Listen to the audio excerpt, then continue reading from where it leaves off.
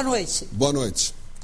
Denúncia de compra de votos em Itamari, no sul da Bahia. O prefeito da cidade, que é candidato à reeleição, foi flagrado em um vídeo entregando dinheiro a um eleitor. O vídeo que foi divulgado na internet provocou reação entre os moradores.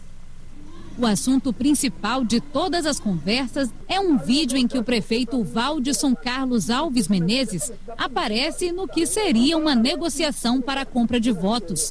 Nas imagens dá para ver claramente o prefeito conversando com um eleitor na zona rural.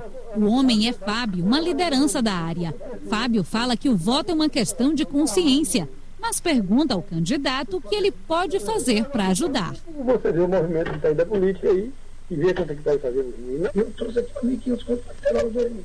Sem saber que está sendo filmado, Caçulo se levanta, tira do bolso várias notas de R$100 e entrega para a mulher que está gravando o vídeo. Não, do negócio que você e a Maria estão vendo doido. Tu sabe o que é isso. Num outro trecho da conversa, o prefeito e candidato à reeleição faz uma comparação entre eleição e feijoada. O que é uma política? Uma feijoada. O que é o feijão?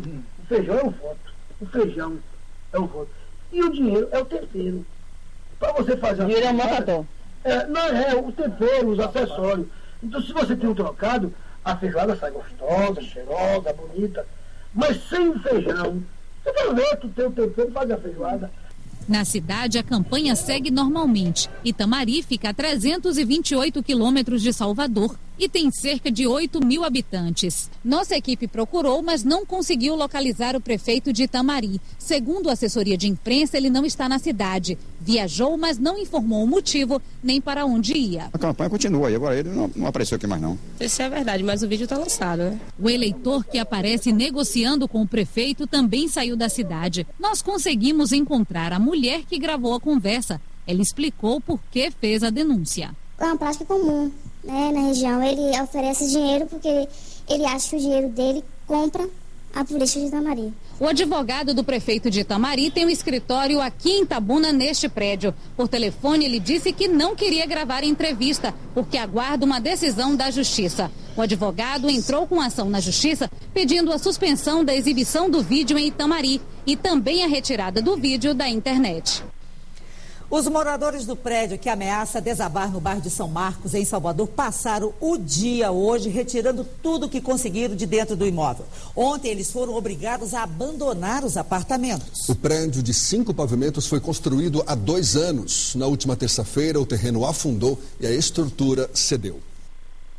Fiz até uma pergunta indiscreta a uma moradora, perguntei, me desculpe, para onde você vai? Ela falou para mim que não sabia para onde ia. Eu estudei só mudança no meu carro até quando você arrumou um lugar para ir. É triste, é triste. O dia foi de tristeza e indignação para moradores e vizinhos do prédio no bairro de São Marcos, que pode desabar a qualquer momento. Quem morava no imóvel foi autorizado pela Defesa Civil a pegar apenas as roupas. Mas mesmo se arriscando, muita gente retirou móveis e eletrodomésticos. As casas que ficam ao lado e nos fundos do imóvel também estão sendo desocupadas. O prédio tinha 8 apartamentos alugados. No térreo funcionava uma padaria e na cobertura uma academia de ginástica. A dona do imóvel não foi localizada.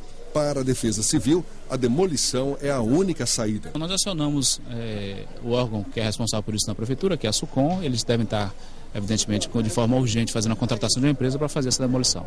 Uma situação dura e difícil para quem deixa uma vida para trás. É dura, sim. A gente com a vida assim, planejando uma coisa e olha, pô, desaba tudo.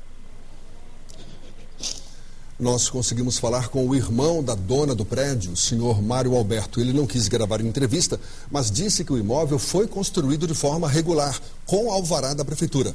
Mas a SUCOM, Superintendência de Controle e Ordenamento do Uso do Solo, informou que não tem registros do imóvel. Em relação à demolição do prédio, a SUCOM disse que só depende da Secretaria da Fazenda liberar verba para a contratação de uma empresa especializada. A Secretaria da Fazenda não comentou o assunto. Os gastos que o município vai ter com a demolição serão cobrados da dona do imóvel. Daqui a pouco, exclusivo o resultado da 3ª pesquisa Ibope para a Prefeitura de Salvador.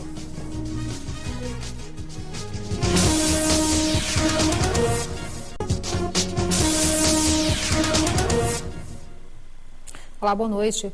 No bairro Vila América, em Vitória da Conquista, um cano está quebrado há mais de uma semana.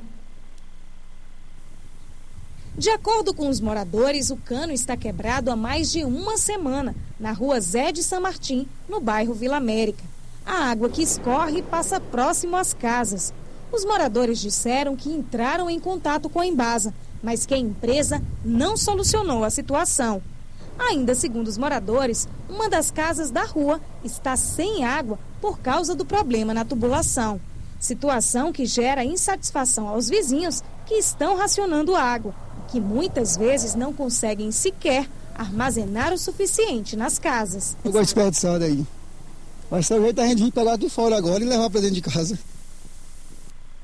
A Embasa informou que, após tomar conhecimento do vazamento, enviou técnicos para consertar o cano. E durante a tarde, moradores dos bairros Jardim Valéria e Morada Nova ligaram para a nossa redação, reclamando da falta de água.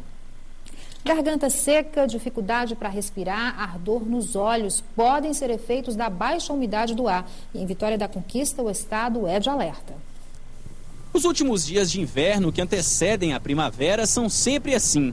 A quantidade de moléculas de água presentes na atmosfera cai consideravelmente. E o resultado é o ar mais seco. O tom do céu meio acinzentado, sem nenhuma nuvem, indica que a umidade relativa do ar está baixa. De 30% a 20%, o estado é de atenção. De 20% a 12%, o estado é de alerta. Quando a umidade relativa do ar está abaixo dos 12%, o estado é de emergência. Na tarde de ontem, a umidade relativa do ar em Vitória da Conquista esteve abaixo dos 27%, considerado estado de alerta. A consequência disso é o aumento no número de pessoas com problemas respiratórios. Eu sinto dor de cabeça, coço o nariz, entendeu? Dor no ouvido, na garganta. Este médico pneumologista cita outros problemas e dá dicas de como amenizar os efeitos provocados pela baixa umidade relativa do ar. É fundamental a hidratação, né? Então tomar bastante líquido, seja na forma de sucos e água, né? Hidratar bem, se alimentar bem e evitar a exposição nas horas mais quentes do dia ao sol. Também quando em casa ou no trabalho, procurar manter um ambiente bem ventilado. Nas ruas, muita gente já faz o recomendado, buscando formas de hidratação, seja por meio de uma aguinha de coco ou por meio de frutas. E é bom mesmo o pessoal se prevenir, porque o ar deve ficar ainda mais seco nos próximos dias. No final dessa estação, que termina dia 22 de setembro, e o início da próxima primavera, a gente tem sim baixas umidades aqui no nosso território. Em instantes, 2 dias depois de entrar em vigor, a lei que determina descanso mínimo para motoristas é adiada por 6 meses.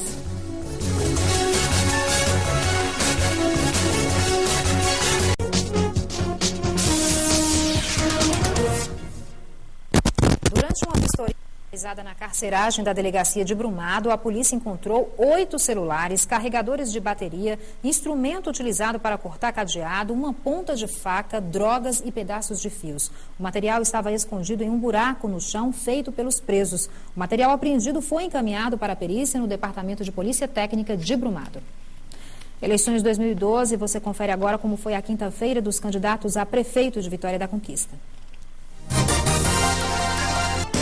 O candidato do PPS, Elkson Soares, pela manhã atendeu no comitê. À tarde gravou o programa eleitoral. Agora à noite estará em bairros da cidade. O candidato do PT, Guilherme Menezes, pela manhã teve reunião com apoiadores de candidato a vereador e cumpriu a agenda na prefeitura. À tarde fez reunião com moradores do bairro Bruno Bacelar. À noite, a reunião será com moradores do bairro Iracema e com apoiadores de candidata a vereadora.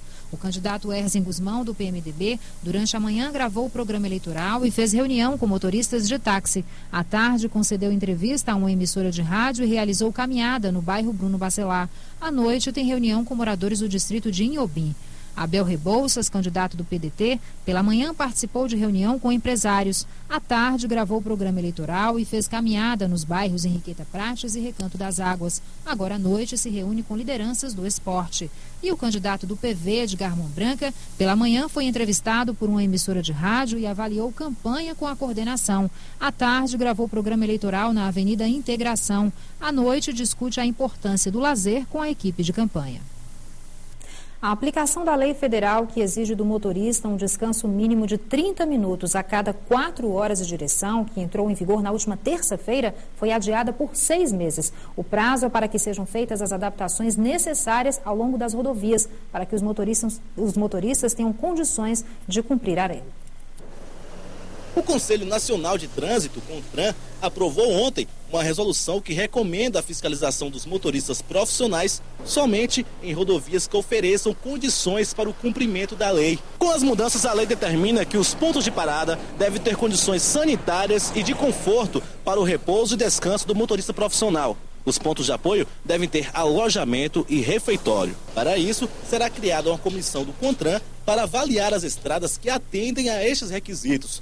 Só depois disso, as fiscalizações voltarão a ser feitas. Segundo a Polícia Rodoviária Federal de Vitória da Conquista, as rodovias da região estão dentro do padrão exigido. Nosso trecho, nós somos bem servidos de postos de combustível, inclusive postos grandes, que oferecem condições de parada. Resta saber se esses postos eles têm condição de atender a demanda da BR-116. É esse estudo que vai indicar essa condição ou não.